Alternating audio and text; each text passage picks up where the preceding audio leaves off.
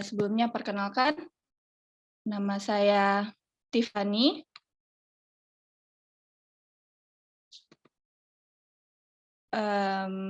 Saya adalah mahasiswa master di Departemen Politik dan Pemerintahan Visipol Universitas Gadjah Mada dengan mengambil fokus di politik sumber daya alam. Untuk kontennya tadi, yang pertama adalah intro, pengenalan, lalu yang kedua pengalaman selama mendaftar, yang ketiga persiapan keberangkatan, dan yang terakhir adalah pengalaman tinggal di Norway. Pengalaman selama mendaftar. Jadi mengapa teman-teman wajib, bukan wajib sih, mengapa program ini merupakan program yang aku rekomendasikan ke banyak teman-temanku, yaitu yang pertama, kurs dan tes. Mungkin nanti ini akan dijelaskan sama Mbak Kiki lebih lanjut. Jadi ini berdasarkan pengalamanku di tahun 2020. Jadi aku merupakan awardee dari program pertukaran pelajar di NTNU Norway dan berangkatnya itu di 2021. Tapi untuk proses dan step sudah di sejak 2020. Pertama adalah kalian dapat kurs dan tes. Tadi kan teman-teman tahu kalau IELTS, kursus IELTS itu ya bisa dibilang cukup menguras dompet, apalagi tesnya juga kan ya aku bisa bilang itu mahal, tapi jangan khawatir, si tes sangat membantu dengan memberikan kesempatan bagi kita untuk mendapatkan kursus IELTS gratis. Tapi tadi ini tidak secara cuma-cuma ya, ada beberapa syarat yang harus teman-teman penuhi jika teman-teman ingin free IELTS course dan tes ini. Tentunya salah satunya ya komitmen, dan juga teman-teman benar-benar harus serius untuk mengikuti program pertukaran pelajar ini. Lalu yang kedua adalah biaya apply visa juga ditanggung. Jadi mungkin teman-teman berpikir nih, aduh kalau udah IELTS-nya harus oke, IELTS-nya mungkin gratis dan kursnya juga gratis. Nanti visanya ditanggung nggak ya? Jadi jangan khawatir, karena teman-teman juga pengurusan visa juga akan ditanggung oleh Sitres Edu.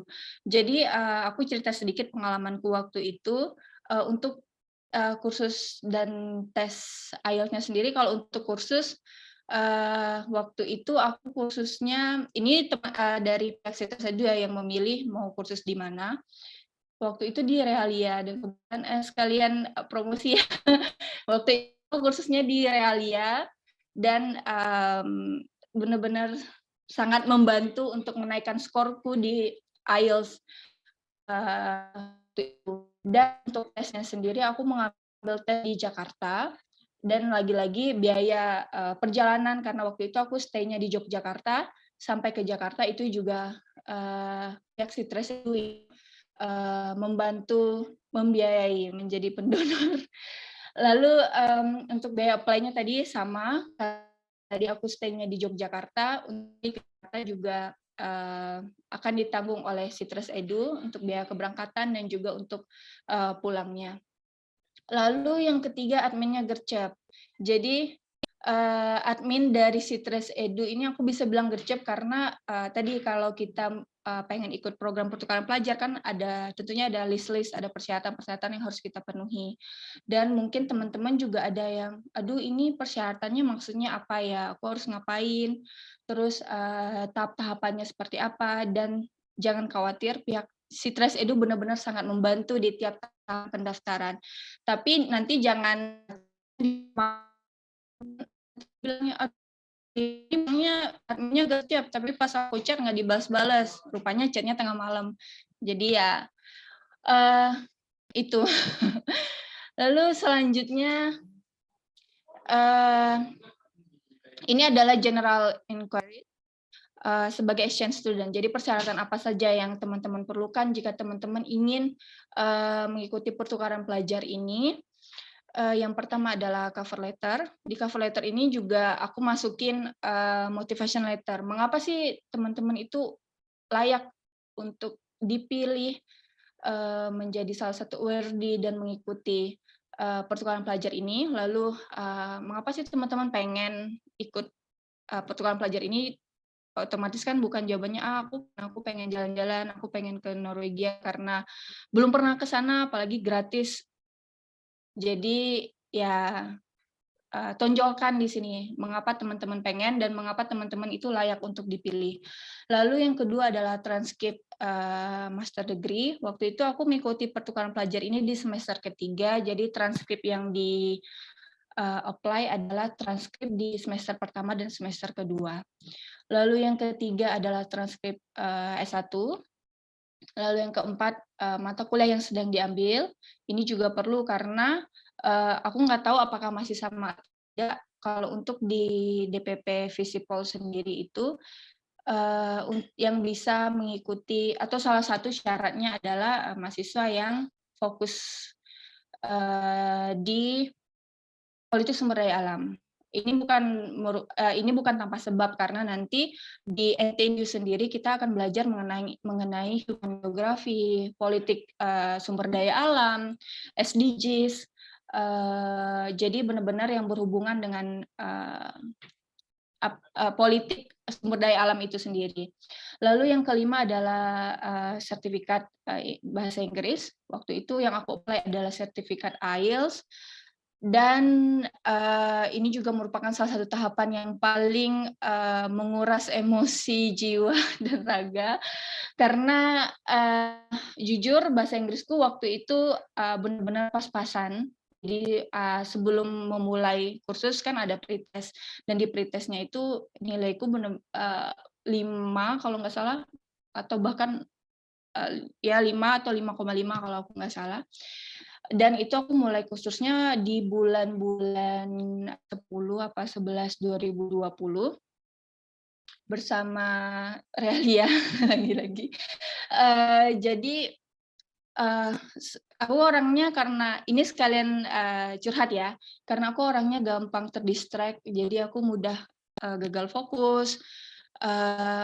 Cara aku, tips aku biar fokus mengikuti, setiap tahapan dan persiapan IELTS, aku hapus YouTube, hapus Instagram, hapus Facebook, hapus games, jadi semuanya aku hapus, tinggal tersisa aplikasi WhatsApp karena ya tinggal itu yang tersisa dan Zoom karena harus pakai untuk kuliah.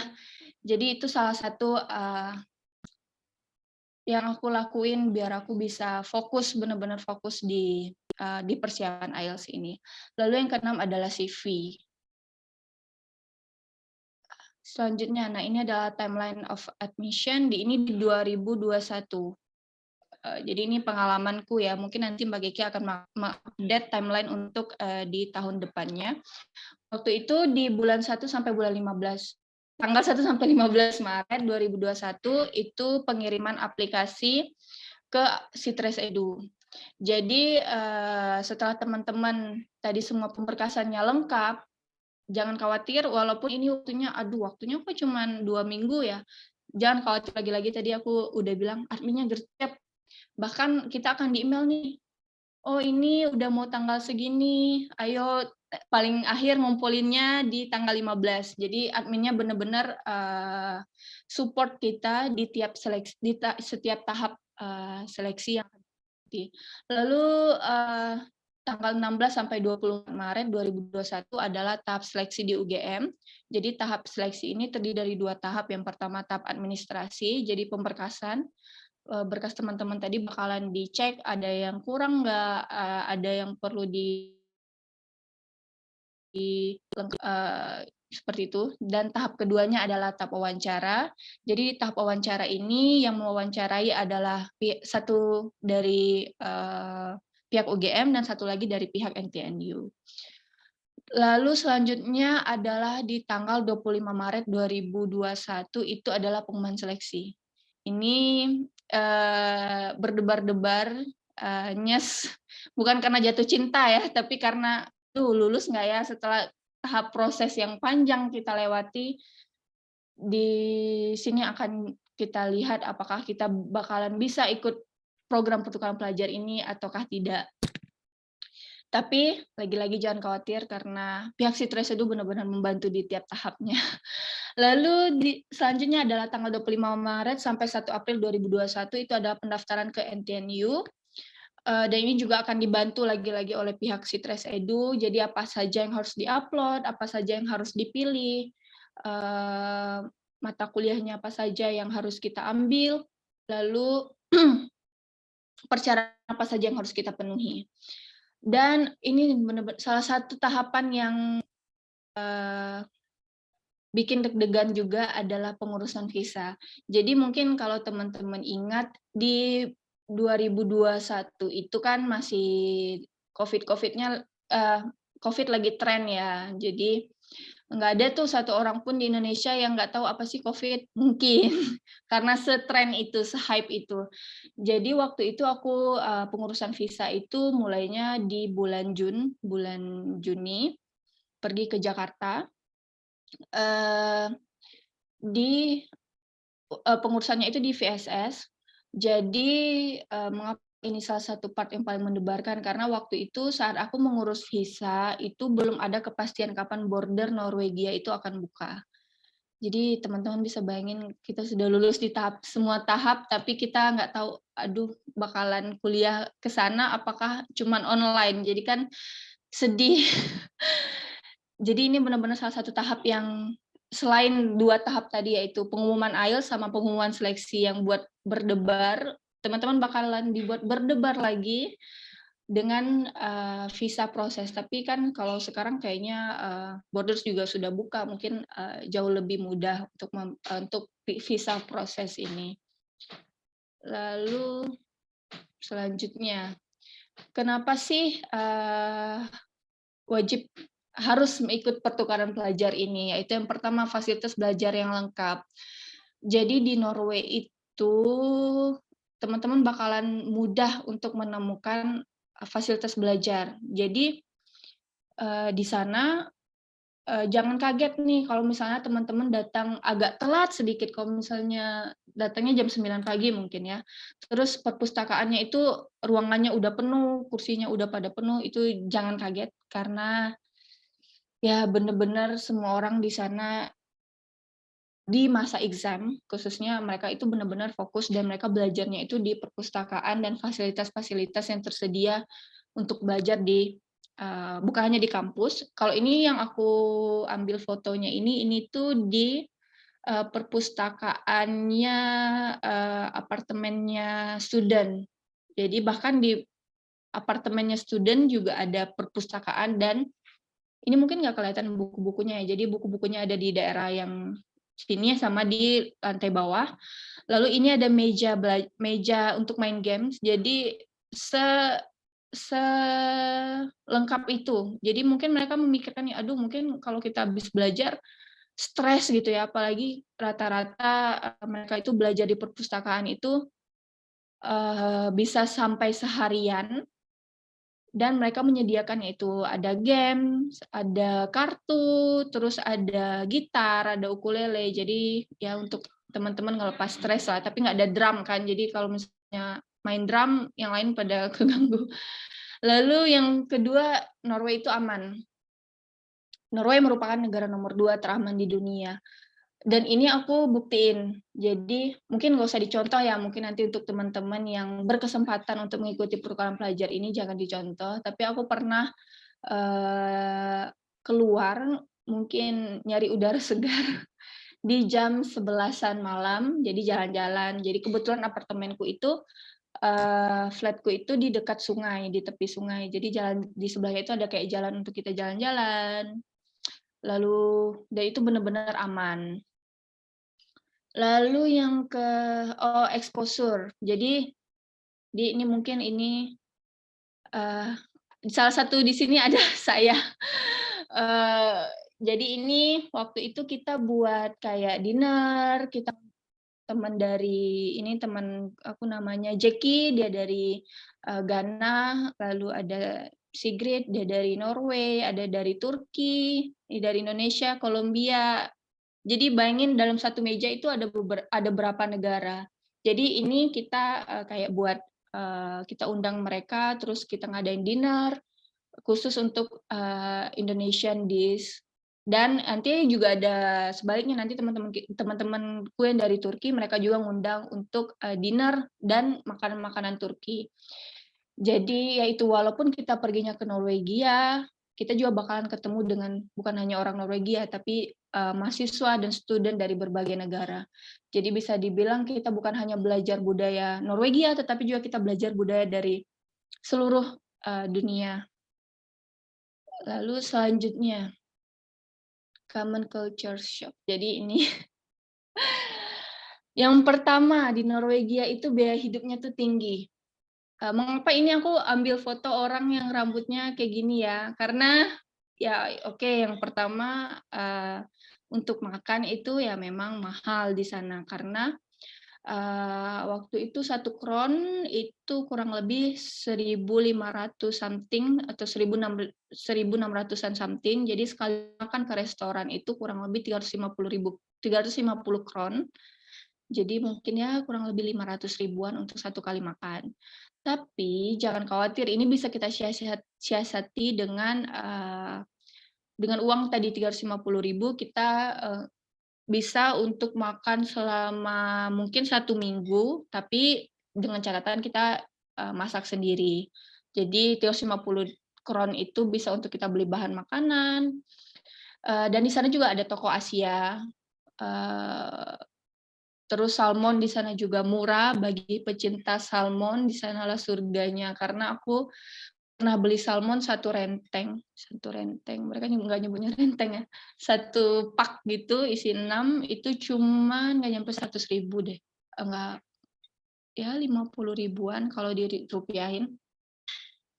Dan ini, tapi itu tadi kan masih bisa disiasati ya, tapi yang nggak bisa disiasati itu ini nih, motong rambut di Norway itu mahal banget. Ini salah satu common culture yang menurutku, aduh aku shock banget karena motong rambut di sana itu 1 kali potong itu kurang lebih 500 kron. Ini yang termurah ya, 500 kron 700 sampai 800 ribuan untuk cowok. Mengapa aku bilang untuk cowok, karena biasanya cowok kalau potongan rambutnya ya udah pendek, terus nggak seribet, maksudnya nggak seribet cewek. Cewek harus keramas, harus maskeran rambut, dan lain sebagainya, blow, dan lain sebagainya. Jadi ini, dan ini juga terbukti temanku, aku ke sana bareng temanku 2 orang cowok dari satunya dari geografi, lagi dari DPP UGM. Dan temanku yang dari geografi ini, Mas Widi, mungkin ada yang kenal atau belum, dia salah satu awardee juga. Mas Widi ini tidak potong rambut selama 6 bulan karena tadi shock, dia benar-benar shock dengan harga potong rambut di sana. Jadi pas Mas Widi balik itu dia gondrong. Jadi kalau di sini kan kita gondrong tuh biar keren gitu ya, agak-agak tapi kalau di sana gondrong itu karena ya udah nggak ada duit untuk, bukan nggak ada duit sih, kayaknya duitnya lebih sayang untuk hanya potong rambut 700.000. Kalau aku mengakalinya ya udah aku beli gunting aja. Jadi skill kita dapat 1 skill yang bertambah, yaitu skill potong rambut habis balik dari Norway. Lalu cuaca ekstrim. Kalau cuaca ini sih benar-benar ya udah, karena itu di Norway dan Norway juga termasuk negara paling ujung, itu dinginnya ya udah dingin banget. Jadi pas aku sampai itu, aku nyampainya di bulan Agustus awal, itu sebenarnya masih masuk ke musim gugur atau autumn. Tapi di sana itu udah cuacanya kurang lebih 10 derajat, 10 sampai 16 derajat. Dan paling ekstrimnya untuk di winter aku pernah ngalamin -20, -30 derajat. Dan jangan khawatir, aku masih di sini, masih hidup, berarti aman. Cuman ya kalau pergi memang benar-benar agak berat gitu ya, karena baju harus berlapis-lapis, celana juga harus pakai sepatu boot juga. Jadi walaupun cuacanya ekstrim, kalau kita sudah tahu cara mensiasatinya, aman. Lalu tutup di hari Minggu. Jadi ini banyak tokoh yang tutup di hari Minggu. Bukan hanya bukan hanya restoran ya, tapi juga itu rata-rata mereka tutup di hari Minggu. Jadi Norwegia itu kan salah satu negara paling bahagia ya di dunia. Jadi mereka itu benar-benar menghargai waktu libur mereka. Jadi jangan kaget nanti kalau misalnya, aduh ini holiday hari Minggu, aku pengen ke mall, pengen cuci-cuci mata, tidak bisa karena di hari Minggu, maaf kita tutup. Selanjutnya, nah ini Norway itu surganya introvert. Aku nggak tahu ya, ini termasuk hal yang bagus. Mungkin ini termasuk hal yang bagus untuk orang-orang introvert. Ini aku nemu meme di Google ya, dia bilang, the news coronavirus can only be transmitted by human contact. Terus Norwegian kayak, karena mereka itu benar-benar ini bukan sesuatu yang negatif ya, tapi mereka itu benar-benar menghargai privasi dari masing-masing individu. Jadi mereka nggak kayak yang kalau kita kan di Indonesia kan ramah. Misalnya kita di dalam bis itu ketemu orang, kita nanya, dari mana? Oh dari sini. Nanti kita nanya, aduh, oh ada temanku tuh yang orang situ juga. Mereka nggak ramah itu, bahkan kalau walaupun kayak mereka duduk sama teman mereka juga kalau di bis mereka bakalan ya udah pakai headset atau pakai earphone lagu gitu. Jadi mereka aja enggak dong, aku belum munculin, aduh foto-fotonya rada blur ya, maaf. Ini Amazing Norway. Jadi ini waktu aku pergi ke Tromsø, salah satu kota di Norway tapi yang lebih ujung lagi, jadi lebih dingin daripada Trondheim. Oh jadi aku tadi belum jelasin kalau aku NTNU itu adanya di Trondheim. Trondheim itu lebih ke bawah, itulah kalau misalnya kalian lihat di peta. Jadi ini aku pergi ke Tromsø, nah ya ini lebih jelas nih. Pergi ke tempatnya Sami people, jadi ya kayak ada. Dan ini aku perginya di musim winter obviously, di musim winter dan ini mungkin kalian lihat ini kok agak gelap gitu ya, apakah ini udah mulai malam? Enggak, ini jam 12, jam 1 siang. Jadi waktu di Norway itu saat winter kalian tuh bakalan susah banget untuk lihat matahari. Jadi nggak kayak di Indonesia setiap hari kita bisa lihat matahari. Di sana itu kalau musim salju mereka hanya akan ngelihat matahari kurang lebih atau cuacanya itu akan terang. Ini udah terang nih, kurang lebih ya 4 jam sehari. Jadi ini jadi kalau musim winter kalian jangan putar-putar lagu galau ya, nanti bener-beneran galau karena ya cuacanya kayak gini. Lalu ini aku juga coba, ini di foto aja ya happy, tapi kenyataannya aku jatuh berapa kali. Coba ski, cross country ski, lalu ini, nah Norway itu juga benar-benar mereka fjord, punya pantai, mereka punya danau, mereka punya semuanya mereka punya dengan ya pemandangannya seperti inilah. Kita akan dimanjakan dengan pemandangan yang seperti ini. Dan ini aku bukannya mau pamer ya, tapi ya, biar teman-teman lebih termotivasi untuk ikut pertukaran pelajar ini. Dan ini di Lofoten. Di Lofoten, salah satu daerah juga di Norway.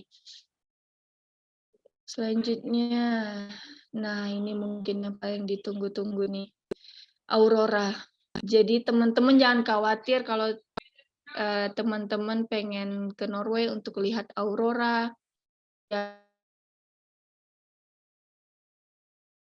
ke winter itu kalian bisa lihat aurora dan aku sendiri lihat aurora lebih dari 5 kali, mungkin 6 sampai 7 kali di sana. Jadi sesering itu.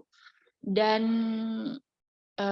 teman-teman juga bisa kalau salah satu tipsnya lihat aurora kan, karena ini kan bisa jadi dia muncul terus kayak cuma 5 menit terus sudah hilang. Jadi kayak ada aplikasi terus ada grup aurora, jadi nanti mereka bakalan share, oh ini sekarang ada aurora nih, coba lihat keluar, kayak gitu. Oke, ini ada sesinya sendiri. Oke, itu Sentak, terima kasih atas kesempatannya. Mungkin nanti yang ingin bertanya bisa di sesi selanjutnya. Terima kasih. Terima kasih Mbak Priscilla. Ya, nanti kita punya sesi Q&A sendiri. Jadi selanjutnya kita lanjutkan ke Mbak Taskia. Mbak Taskia merupakan proyek manajer dari Sitrus Edu, terutama di Departemen DPP. Jadi mungkin yang lebih teknisnya juga nanti akan ke Mbak Taskia juga. Untuk Mbak Taskia, dipersilahkan. Oke, makasih Mbak Tia dan Fani. Sangat fun sekali. Jalannya tuh Mbak banyak banget. Coba aku kemana? Terima kasih teman-teman yang udah datang. Aku nggak tahu nih tadi ada mungkin ada mahasiswa S2, tapi ada juga mahasiswa S3. Karena memang pertukaran ini juga dibuka buat mahasiswa S3, Mbak Tia. Aku kemarin belum bilang kali ya. Sebentar aku share dulu. Ini kalau ntar nyetel video tuh bisa nggak sih Mbak? Dari YouTube sih. Bisa Mbak, tapi nanti di pas sharing screen-nya itu jangan lupa ada kayak box di bawah untuk sharing audio juga. Oh gitu, oke. Oke, jadi ini PPT-ku, PPT Fani lebih happy, ini sedikit lebih formal. Aku akan jelasin soal Sitrus Edu, yang ini sebenarnya secara garis besar adalah program pertukaran buat mahasiswa master dan PhD di UGM gitu ya. Tapi memang targetnya lumayan spesifik mahasiswa DPP, HI juga, dan geografi. Ini juga kontennya kurang lebih begini. Kita akan mulai dengan the scholarship. Apa sih sebenarnya Sitrus Edu? Aktivitasnya apa aja? Dan yang di cover sama Sitrus Edu itu apa aja untuk beasiswanya? Nah ini sebenarnya aku mau buka video dari Mas Nanang. Kayak gini bisa nggak ya? Salah. Aku nggak tahu Mbak, sharing video ini. Kedengeran nggak suaranya Mbak? Kedengeran? Oke, ya ini mungkin teman-teman juga udah ada yang lihat di YouTube. Ini nggak lama sih, cuma 3 menit. Kita nonton sedikit.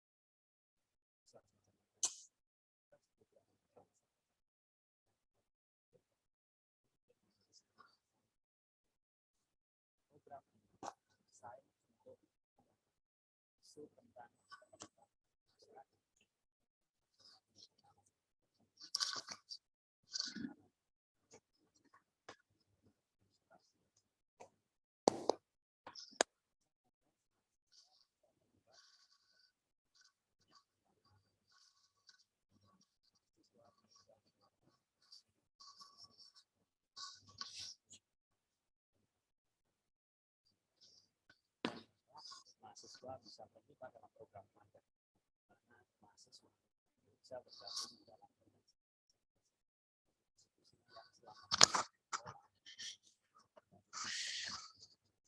yang ketiga, mahasiswa bisa terlibat dalam posko mahasiswa bertujuan untuk melakukan pertukaran, baik mahasiswa baru akan bekerja ataupun mahasiswa melakukan kuliah selama 1 semester. Terus untuk pertukaran pelajaran Sitrus Edu yang disesuaikan dengan standar dan aturan yang ditetapkan dan beberapa manfaat yang bisa didapatkan.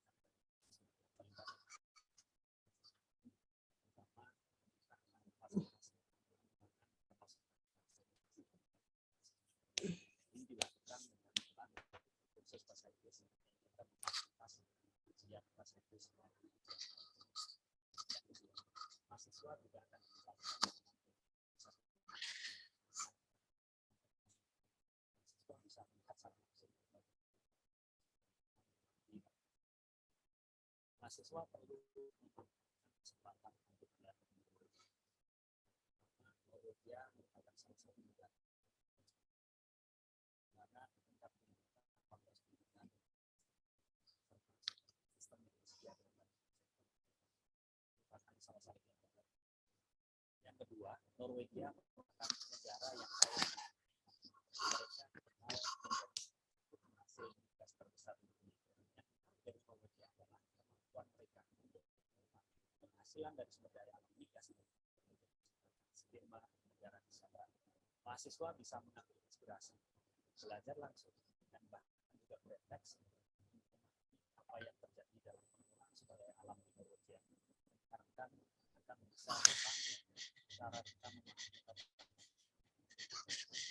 Yang kedua, melalui program pertukaran pelajar, mahasiswa bisa belajar memahami cakrawala budaya baru. Mahasiswa juga bisa berinteraksi untuk mengembangkan pengetahuan dan memahami kebudayaan dan komunitas internasional. Hingga tahun 2021 sudah ada 7 orang mahasiswa dari UGM yang mengikuti pertukaran pelajar ke Norwegia. Anda yang tertarik untuk mengikuti program ini, silakan cek di website Departemen Politik dan Investasi. Kita tunggu partisipasi Anda. Ya, terima kasih. Hilang ya? Sebentar. Mana tadi? Aduh. Ini caranya gimana sih, Mbak? Back ya aku ya? Bisa back atau escape? Aduh, norak nih. Gimana nih? Dia nggak muncul. Wes, ini aja. Itu tadi videonya dari kelihatan ya? Kelihatan nggak, Mbak? Tadi videonya kelihatan, cuman ini next slide-nya belum, atau mungkin di-share lagi. Oke. Maaf. Ini jadi tadi video dari Mas Nanang. Mas Nanang itu koordinator Sitres Edu di UGM. Yang sebenarnya tadi udah dirangkum semua sama Mas Nanang, sama Fani. Tapi teman-teman bisa nonton video lebih lanjut di YouTube. Sama ini juga ada beberapa video-video kecil di YouTube dan di Instagram kalau nanti mau lihat lebih jauh. Kurang lebih seperti yang tadi Mas Nanang bilang, Sitres Edu ini program kerjasama antara 2 universitas, yaitu UGM dan NTNU. Dan di NTNU itu dilakukan oleh Departemen Geografi di sana. Ya, di UGM itu oleh DPP Politik Pemerintahan, oleh Fakultas Geografi dan juga oleh Departemen HI. Tapi Departemen HI baru ikut mulai tahun ini. Jadi memang kita bisa juga nanti memberikan informasi ini ke teman-teman HI. Ini dibiayain sama semacam Kementerian Pendidikan Tinggi di sana, itu yang memang tujuannya untuk memberikan exposure pada mahasiswa master dan PhD terkait masing-masing negara, gitu ya, terutama di topik tata kelola sumber daya alam, itu yang mungkin spesifiknya. Ini yang akan teman-teman lakukan. Teman-teman akan mendapatkan beasiswa penuh untuk melakukan pertukaran selama 5 bulan ya, karena 1 semester di sana itu 5 bulan. Buat mahasiswa S3 juga sama, 5-6 bulan. Dan yang kedua, teman-teman untuk yang master itu akan mengikuti kelas di sana kayak di UGM. Jadi teman-teman jadi mahasiswa di sana, dapat akses ke perpustakaannya, dapat kartu mahasiswa, pokoknya kayak kuliah di sana, kayak full time student. Dan untuk mahasiswa S3 itu ke sana itu tujuannya lebih untuk joint supervision. Jadi di sana tinggal nulis disertasi dan akan mendapatkan input dari profesor-profesor yang ada di NTNU. Dan yang ketiga, teman-teman juga akan melakukan field work. Kemarin Fani dan teman-teman itu datang ke peternakan salmon ya, karena di sana salmon sumber daya yang sangat besar dan penting. Saking mudahnya, murahnya salmon, mungkin itu kayak lele di sini kali ya, kayak pecel lele. Jadi Fani dan teman-teman ke sana dan juga ke KLT Angin ya, pembangkit, karena mereka di sana memang transisi energinya itu sudah berjalan dengan lancar. 98% listrik mereka itu sudah berasal dari renewable energy gitu ya, dari sumber daya air atau angin. Jadi itu yang pengen kita teman-teman UGM belajar di sana. Itu yang besar-besarnya. Ini juga teman-teman ntar bisa cek di web NTNU sebenarnya. Mungkin beda sama tahunnya Fani. Jadi kalau tahun ini itu pilihan courses-nya itu teman-teman yang berangkat itu bisa milih lebih banyak. Karena yang boleh ikut di DPP itu tadinya kan cuma mahasiswa konsentrasi politik sumber daya alam. Tapi sekarang seluruh mahasiswa S2 DPP boleh ikut terlibat di dalam pertukaran ini. Nanti syaratnya akan kita kasih lihat. Nah, apa yang di-cover, kayak tadi Fani udah bilang, ini tentu saja uang bulanan, sekitar berapa ya, aku nggak tahu, mungkin 15-16 jutaan kalau dirupiahkan, untuk yang mahasiswa S2. Kalau untuk mahasiswa S3, itu akan dapat sekitar 17.000 kroner per bulan, jadi sekitar 25 juta untuk uang sakunya. Uang deposit rumah yang nanti dikembalikan di akhir, dan itu buat teman-teman uangnya. Biaya travel dari domisili teman-teman, misalnya teman-teman di Kalimantan atau di Sulawesi, dari Sulawesi itu ke Trondheim, tempat NTNU berada, itu dibiayain semua, termasuk untuk biaya visa ya ke Jakarta, visa, asuransi, turun lapangan, yang tadi kedua tempat tadi, atau beda-beda lagi nanti buat tahun ini, dan teman-teman bisa mengajukan perpanjangan maksimal 2 bulan. Jadi untuk ngerjain tesis atau untuk jalan-jalan, nah itu bisa ngajuin perpanjangan dan akan dapat uang beasiswa dengan rate yang sama per bulan. Gitu. Nah, selection prosesnya sebenarnya syaratnya tadi Fani juga udah bilang, teman-teman yang paling penting harus adalah mahasiswa aktif pas daftar ya, itu di DPP, kemudian di DIHI, Departemen HI, dan juga di Geografi UGM, dari konsentrasi atau program studi mana di geografi ya. Itu teman-teman harus student aktif. Jadi kalau misalnya teman-teman bukan mahasiswa, itu agak susah buat ikut pertukaran ini. Yang kedua harus punya English Language Proficiency, IELTS 6,5, itu standar NTNU dan mungkin standar di beberapa universitas internasional ya. TOEFL juga bisa, yang IBT tapi ya, yang PBT, yang paper itu udah agak susah diterima, minimal 90. Yang lain kita kayaknya agak kurang sering dengar sih. Yang ketiga, teman-teman harus menulis tesis yang ada kaitannya sama tata kelola sumber daya alam di Indonesia.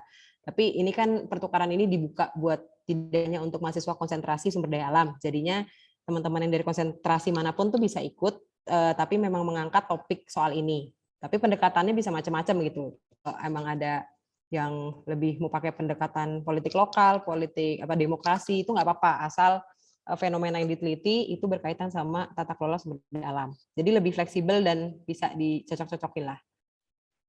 Timeline-nya buat yang tahun ini sebenarnya masih tahun depan ya, cuma kita ngadain tahun ini karena memang kendala yang kita alami selama ini itu adalah karena permasalahan IELTS yang tadi Fani bilang. Jadinya kita berharap kalau teman-teman tahu informasi dari sekarang, teman-teman bisa menyiapkan juga biar les, tes itu yang kita sediakan, tapi di luar itu juga kalau mau latihan mandiri, kursus di tempat lain itu bisa dipersiapkan sampai deadline-nya tanggal 6 Maret. Kemudian setelah 6 Maret ada interview di tanggal-tanggal ini, terus hasilnya ini bisa dibaca ya. Tapi emang teman-teman setelah nanti lolos beasiswa ini dari tim Sitres Edu, yaitu tim project ini, teman-teman tetap harus mendapatkan LOA dari NTNU. Jadi teman-teman mengajukan dengan skema yang terpisah. Kalau nggak dapat LOA, ya nggak bisa berangkat juga gitu. Jadi dua proses itu harus berjalan, itu wajib. Visa, kayak tadi Fani bilang, ini paling mendebarkan karena itu di luar kontrol UGM, di luar kontrol NTNU. Jadi memang saran kita waktu itu dipersiapkan dengan cepat. Ntar kita mau bikin setelah sambil ngurus visa gitu juga ada workshop sama Mas Nanang terkait siapan keberangkatan. Dan berangkatnya itu di Agustus tahun depan karena semesteran di sana mulainya bulan Agustus. Motivation letter ini sebenarnya cuma tips aja sih yang sering diangkat sama Mas Nanang dan juga sama bos kita di mana? Bos kita di NTNU nanti akan menyeleksi berkas dan juga menginterview. Yang pertama pas nulis motivation letter itu harus ditekankan nggak cuma gimana kita bisa mendapatkan manfaat dari sini, tapi juga apa yang akan kita kontribusikan. nggak cuma maksudnya yang kita kontribusikan buat departemen misalnya, apakah teman-teman mau sharing misalnya ke teman-teman S2 yang lain setelah pulang misalnya seperti itu, atau ke Visipol atau ke Indonesia dan lain-lain. Indonesia terlalu gede, tapi yang konkret aja gitu biasanya.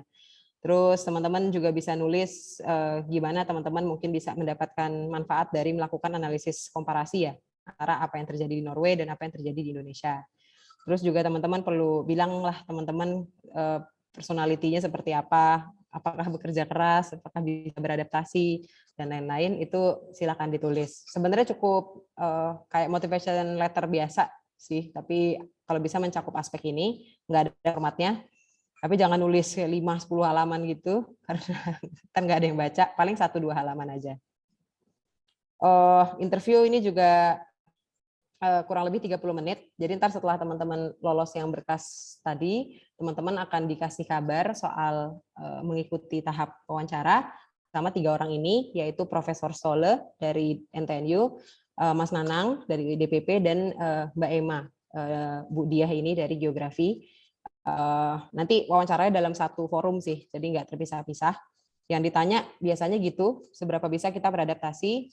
Ntar ditanya juga misalnya apakah teman-teman luar negeri sebelumnya, cuacanya seperti apa, teman-teman ngadepinnya gimana biasanya. Itu ntar akan ditanya. Tapi kalaupun belum pernah keluar negeri itu nggak masalah.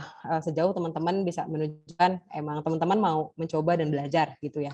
Winter depression itu juga ini maksudnya berkaitan dengan di sana tadi Fani bilang suhunya kalau lagi musim dingin tuh parah, gloomy gitu ya karena gelap terus, harus sering-sering minum vitamin D biar ada asupan karena ngaruh ke mood gitu-gitu kan. Nah itu bakal ditanyain juga soal itu gimana ngadepin yang kayak gitu. Makanan juga beda, kalau makan makanan Indonesia lebih mahal di sana karena harus ke toko Asia, harganya lebih mahal. Jadi gimana kalau teman-teman harus makan tiap hari misalnya roti, keju, pasta, nah itu gimana kira-kira. Dan ini juga nih sosial interaksi di sana tuh mungkin sama orang Norway-nya, tadi dibilang Fani itu agak beda, mereka biasanya kalau udah punya lingkaran sendiri mungkin nyaman ya sesama orang Norway gitu. Jadi kadang-kadang perlu chance kayak misalnya dari kerja kelompok buat dapat alasan ngobrol sama mereka atau kenal deket sama mereka. Tapi di luar itu emang tadi buat introvert itu bisa banget kalau mau tinggal di sana. Coba buat ekstrovert bisa juga ada, nggak bisa disamaratain lah ya. Tapi tetap kurang lebih itu kayak gini. Terus ini yang ketiga juga penting.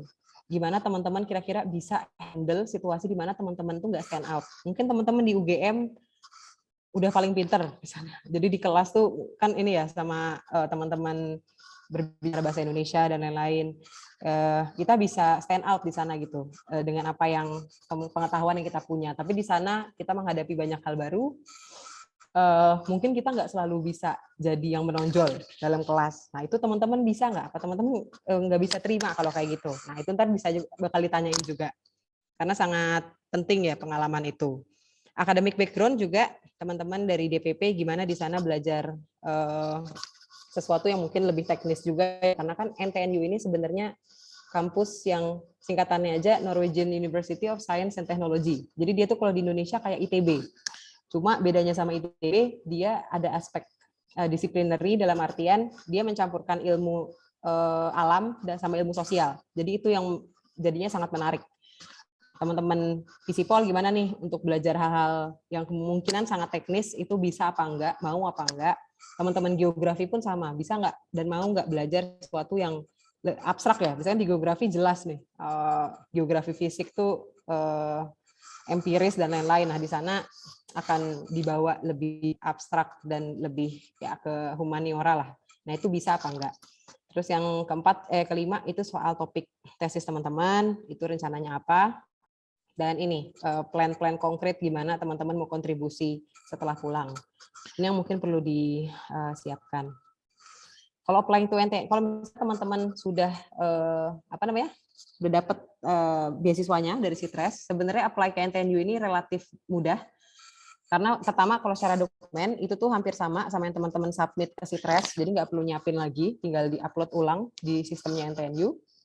Dan ini lebih ke formalitas karena jadi nggak ada seleksi substantif dari NTNU karena asumsinya kalian adalah part bagian dari kerjasama antara dua universitas yang akan diprioritaskan untuk berangkat gitu. Jadi lebih yang penting teman-teman lolos di seleksi wawancara dan administrasi tadi di Sitres Edu, dan nanti tinggal kita bareng-bareng ngurus daftar ke NTNU biar secara formal teman-teman terdaftar di sana. Dan teman-teman harus dapat LOA karena ini buat visa juga ya.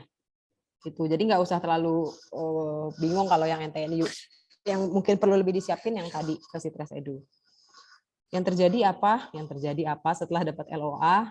Teman-teman akan dapat dokumen sponsor funding dari Sitres Edu buat pengajuan visa. Teman-teman harus apply buat housing.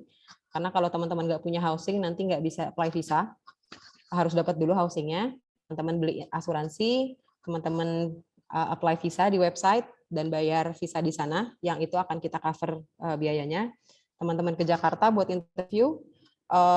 Setelah visanya keluar, teman-teman booking tiket buat ke Trondheim. Jadi lumayan simpel-simpel aja sih kayaknya ya. Cuma makanya namanya nih Fanny yang merasakan juga tadi ngurus-ngurus visa dan lain-lain. Orientation Week di Trondheim itu ini fotonya aku dapat dari Google sih. Karena pas zamanku aku masih COVID, jadi nggak ada Orientation Week. Waktu itu cuma online doang. Tapi sekarang udah offline, teman-teman kita yang berangkat tahun ini udah seperti normal. Jadi acara yang ketemu orangnya udah banyak banget, acara-acara mahasiswa. Kenapa harus join? Kalau teman-teman mungkin nggak banyak yang dengar Trondheim, tapi Trondheim itu sebenarnya salah satu kota kota mahasiswa yang populer banget di Norway. Kalau aku ngebayanginnya Trondheim itu kayak Jogja gitu di Indonesia. Jadi maksudnya banyak universitas di Trondheim, banyak international student di sana, dan harganya sih nggak bisa dibilang lebih murah ya. Tapi maksudnya di sana banyak banget populasi anak-anak muda mahasiswa yang teman-teman bisa temui.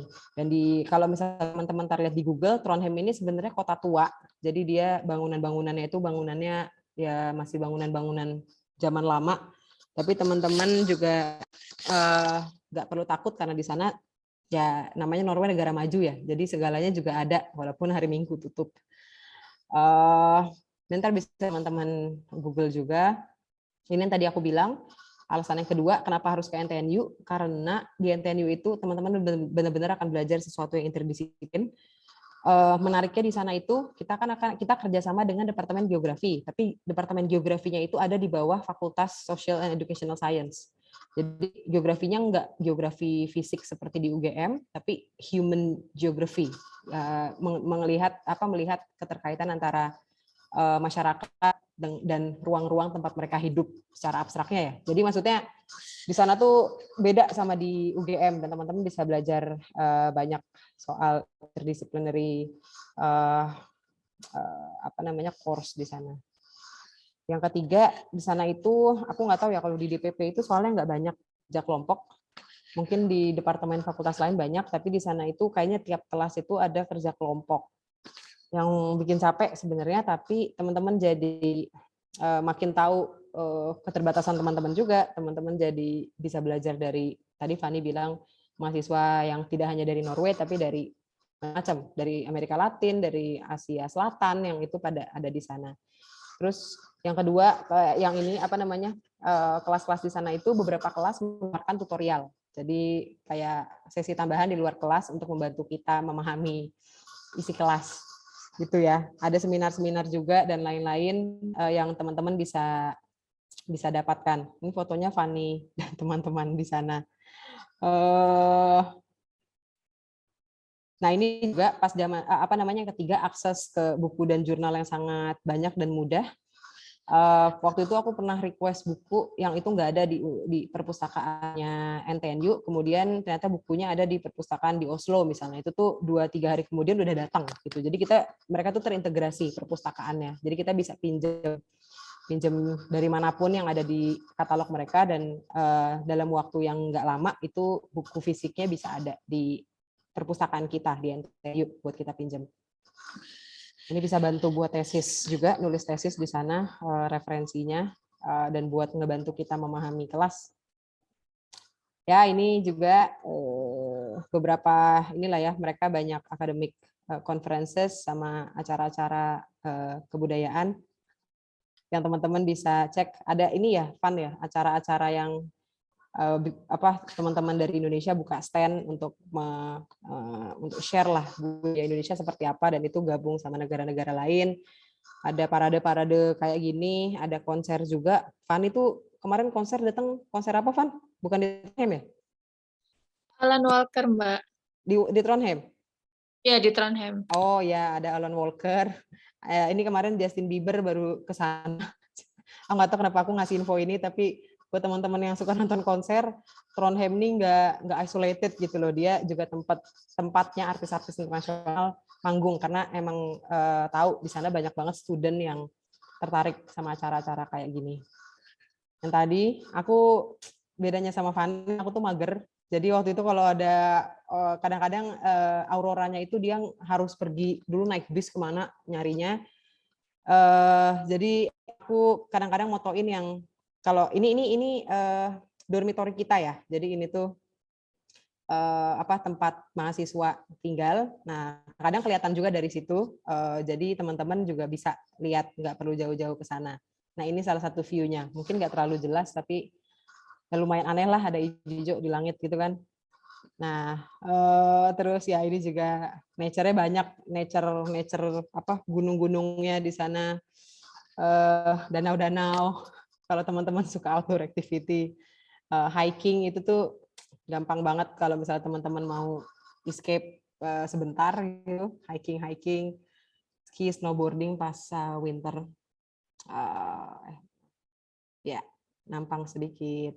Ini pas naik gunung waktu itu aku juga, tapi itu nggak di Trondheim sih, harus keluar kota sedikit, dan agak beda sama misalnya naik gunung di Indonesia gitu, karena di sana mungkin karena cuacanya nggak lembab kayak kita ya, dan di setiap naik itu view-nya bagus banget, jadi nggak terasa capek. Waktu itu 13 jam naik gunung ini.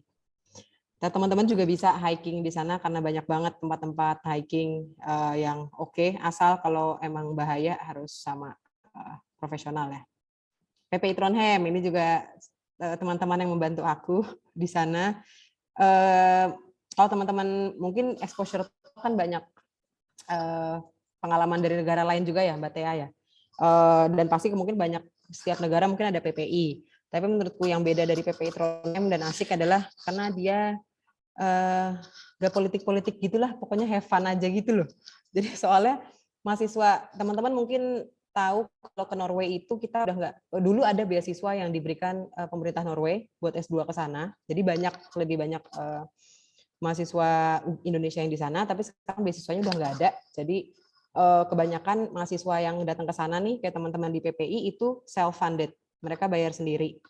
Jadi mereka beneran ya pada sambil kerja sampingan, sambil ya belajar lah pokoknya. Maksudnya buat terlibat di politik-politik kampus yang kayak gini nggak terlalu banyak gitu. Mungkin beda sama PPI yang di negara-negara atau kota-kota besar ya, yang itu kayaknya banyak yang mau jadi ketua itu. Di sini mah di sana kayak siapa jadi ketua, santuy lah pokoknya kayak, karena dan menurutku ini membantu banget karena nggak nambah ini ya pikiran, nggak nambah masalah lah.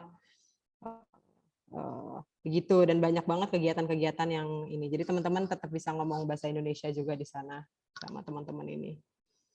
Teman-teman juga kalau mau bisa mengkonversi transkrip teman-teman di NTNU buat diintegrasikan ke UGM. Kemarin Fanny enggak ya, aku juga enggak sih. Tapi teman-teman bisa, kalau teman-teman mau, misalnya courses yang kalian ambil di NTNU itu muncul di transkrip. Kalaupun nggak dikonversi juga teman-teman tetap dapat transkrip sih, jadi nggak masalah. Tapi kan siapa tahu ada yang mau, itu bisa juga nanti kita urus untuk mengintegrasikan. Ini juga kita sebenarnya support buat kursus dan tes IELTS.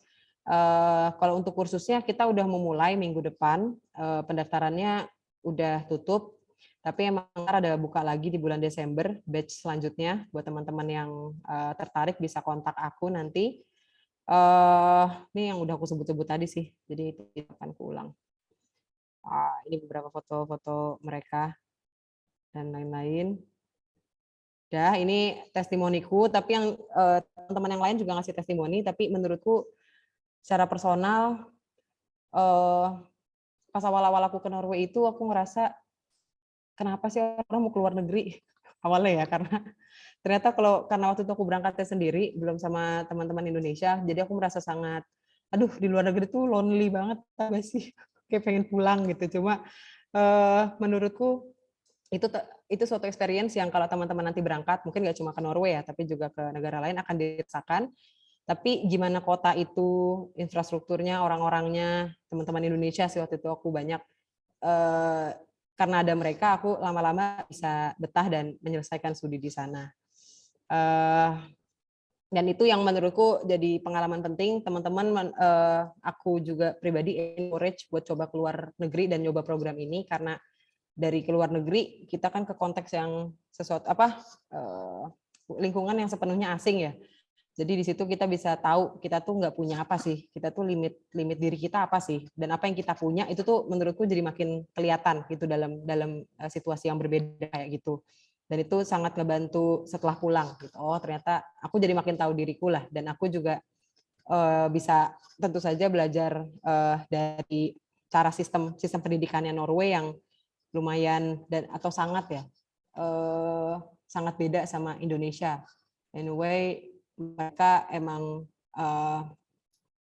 kita harus baca banget, kita harus bisa mandiri, ngerjain tugas, karena di sana mahasiswanya tuh banyak, dalam artian kalau aku nggak tahu nih, kalau di DPP, di HI, di geografi kan temennya itu aja ya nggak sih? Kayak kita ikut kelas semua sama aja, tapi kalau di sana itu tiap kelas itu bisa diikutin sama mahasiswa di luar fakultas itu, jadi setiap kelas tuh teman kita beda-beda, yang itu bikin kita bisa belajar banyak hal. Di sana juga karena dosen itu dipanggilnya first name basis, jadi sebenarnya sangat approachable kalau kita mau setelah kelas ngobrol, ngajak diskusi itu mau, itu bisa kalau teman-teman mau. Terakhir ini kalau teman-teman mau tahu lebih jauh soal timeline tadi, soal guideline-nya apa aja dokumennya itu bisa di download di sini atau di webnya DPP itu ada keterangan soal Citres Edu. Oke, sudah sampai jumpa di Trondheim teman-teman.